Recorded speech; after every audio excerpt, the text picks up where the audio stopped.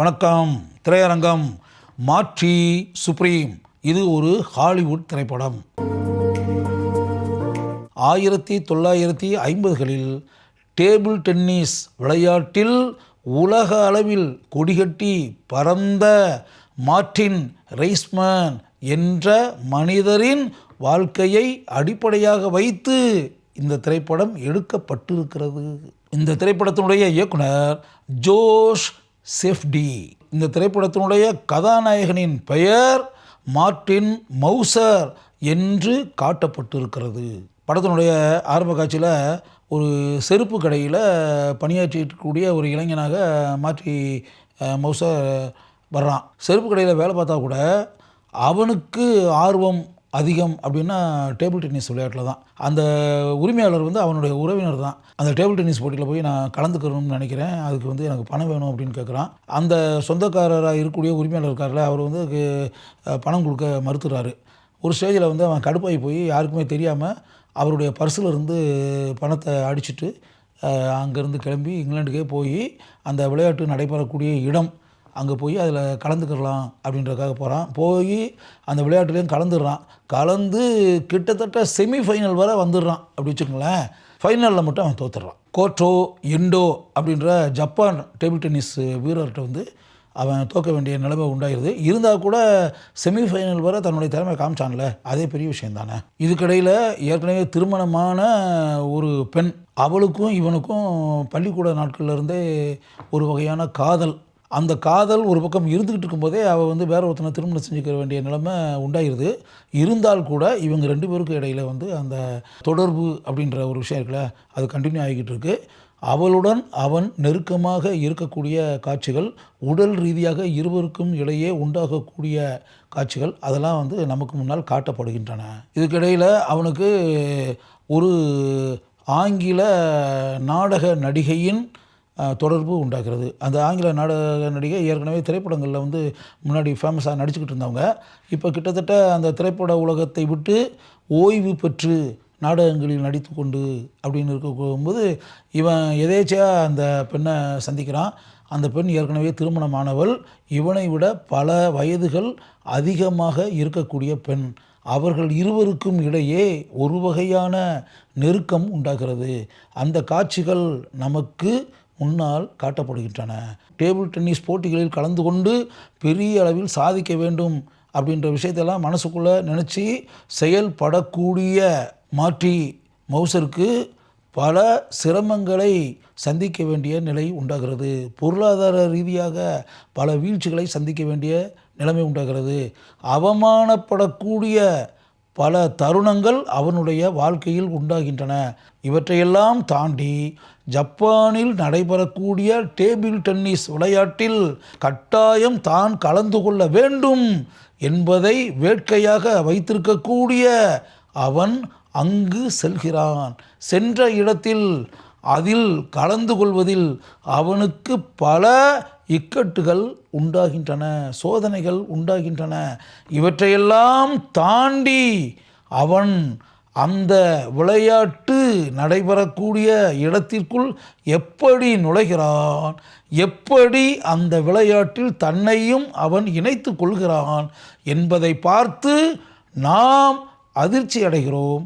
அதே நேரத்தில் சந்தோஷமும் அடைகிறோம். முன்பு நடைபெற்ற டேபிள் டென்னிஸ் போட்டியில் இறுதி போட்டியில் அவன் தோல்வி அடைவதற்கு ஒரு ஜப்பான் விளையாட்டு வீரர் எப்படி காரணமாக இருந்தாரோ, அதே ஜப்பான் வீரரை படத்தினுடைய உச்சக்கட்ட காட்சியில் மார்ட்டி மவுசர் தோற்கடித்து முதல் இடத்தை பிடித்து படத்தை பார்த்து கொண்டிருப்போர் அனைவரையும் சந்தோஷ கடலில் மிதக்க வைக்கிறான். இந்த திரைப்படத்தை பார்க்கும்போது ஒரு திரைப்படத்தை பார்க்கிறோம் என்ற உணர்வே நமக்கு உண்டாகவில்லை. ஒரு விளையாட்டு வீரரின் பல சிரமங்கள், கஷ்டங்கள் நிறைந்த வாழ்க்கையை நாம் காட்சிகளாக பார்க்கிறோம் என்ற உணர்வைத்தான் நாம் அடைகிறோம். திமோத்தி சாலமட் புகழ்பெற்ற இந்த ஹாலிவுட் நடிகர்தான் மார்ட்டி மௌசர் கதாபாத்திரத்தில் நடித்திருப்பவர். அந்த கதாபாத்திரமாகவே படத்தில் இவர் வாழ்ந்திருக்கிறார் என்று கூறுவதுதான் சரியாக இருக்கும். குவினேத் பால்ட்ரோனி இவர்தான் கேஸ்டோன் என்ற அந்த நடிகையின் கதாபாத்திரத்தில் நடித்திருக்கக்கூடிய நடிகை. தன்னுடைய அருமையான நடிப்பு திறமையை தான் வரக்கூடிய அனைத்து காட்சிகளிலும் இவர் வெளிப்படுத்தி நம்முடைய பாராட்டுக்களை பெறுகிறார். கெவின் ஓ லியாரி இவர்தான் கேஸ்டோன் என்ற அந்த நடிகையின் கணவராக வரக்கூடியவர். படத்தினுடைய பிற்பகுதியில் இந்த கதாபாத்திரம் படத்தில் மிகவும் முக்கிய கதாபாத்திரமாக வருகிறது. இந்த கதாபாத்திரத்திற்கு முன்னால் எந்த அளவிற்கு மாற்றி கஷ்டப்பட வேண்டியது இருக்கிறது என்பதை காட்சியாக பார்க்கும்போது இந்த கதாபாத்திரத்தின் மீது ஒரு வகையில் நமக்கு வெறுப்பு உண்டாகிறது. எனினும் படத்தினுடைய உச்சக்கட்ட காட்சியில் இந்த கதாபாத்திரம் எந்த அளவிற்கு முக்கிய பங்கு வகிக்கிறது என்பதையும் நாம் பார்க்கிறோம். ஒடிசா ஏசியோன் இந்த நடிகைதான் ரேச்சல் என்ற இளம் பெண்ணின் கதாபாத்திரத்தில் நடித்திருப்பவர். இந்த கதாபாத்திரத்திற்கும் மாற்றிக்கும் உண்டாகக்கூடிய நெருக்கம் எந்த அளவிற்கு படத்தில் காட்டப்பட்டிருக்கிறது என்பதை நாம் காட்சிகளாக பார்க்கிறோம்.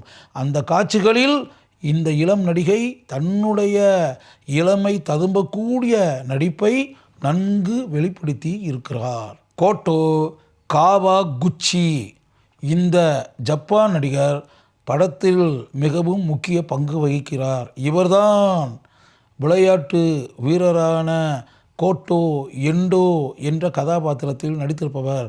காது கேட்காத இந்த கதாபாத்திரம் எந்த அளவிற்கு அற்புதமாக டென்னிஸ் விளையாடுகிறது என்பதை காட்சியாக பார்க்கும்போது நமக்கு அந்த கதாபாத்திரத்தின் மீது உயர்ந்த மரியாதை உண்டாகிறது.